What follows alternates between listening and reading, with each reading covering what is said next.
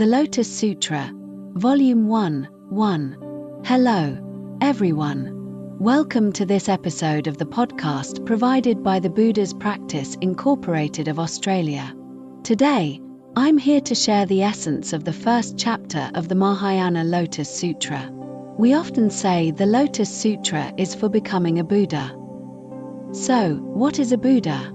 A Buddha is an enlightened one, someone who is self-enlightened, enlightens others, and whose practice of enlightenment is complete.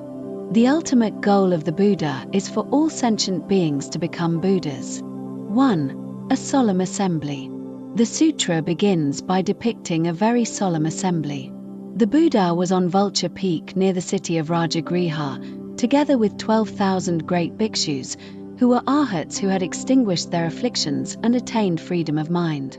2,000 other practitioners were also present. Furthermore, the Buddha's aunt, Mahapajapati Bhikshuni, and Rahula's mother, Yasodhara Bhikshuni, also came with their retinues. What was even more striking was the presence of 80,000 great bodhisattvas.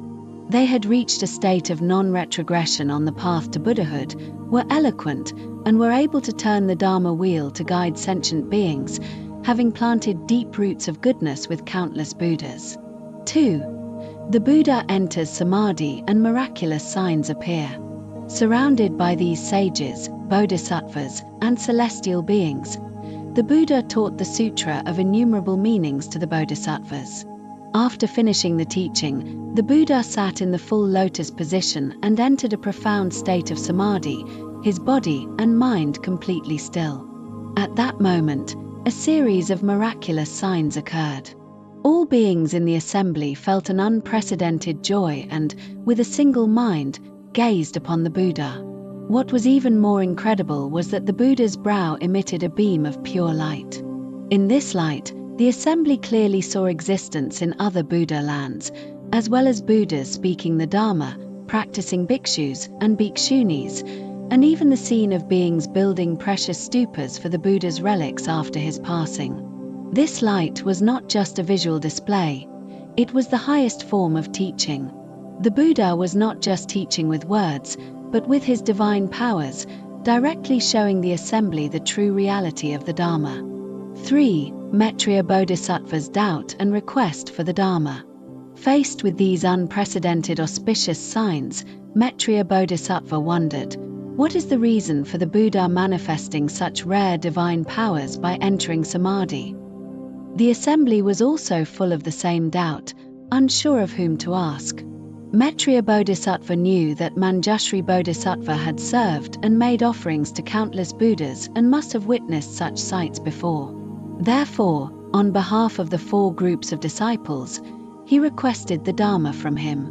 He used verses to describe everything he saw, including the Buddha's light, the flowers, the earth tremors, the joy of the assembly, and the karma of sentient beings, the Buddha's teachings, and the practice of the bodhisattvas that were all visible in the light. His final question was for himself and for everyone else. Was the Buddha emitting this light to proclaim the supreme Dharma, to grant prophecies of future Buddhahood, or simply to show the pure adornments of the Buddha lands? He asked Manjushri to resolve their doubts and bring joy to their hearts. 4. Insights and practice. This section of the sutra provides us with a few important insights. First, sincere reverence is the foundation of all accomplishment. When we make offerings or prostrate to the Buddha or a good teacher, is our heart filled with respect and devotion? Even a small act can create great karmic conditions. We can truly benefit from the Dharma, images of the Buddha, good teachers, and sutras only when we face them with a joyful and respectful heart. Second, the practice of a bodhisattva is one of giving. The sutra describes how bodhisattvas, in their quest for Buddhahood, can give away their wealth and even their limbs, spouses, and children. They practice with courageous diligence, meditating alone in the mountains, or cultivating patience. This tells us that practice requires us to make sacrifices for the Dharma. Finally, praising the Buddhas is a required practice for bodhisattvas. Praise is not just verbal admiration. It is a way for our hearts to gradually merge with the wisdom and state of the Buddhas.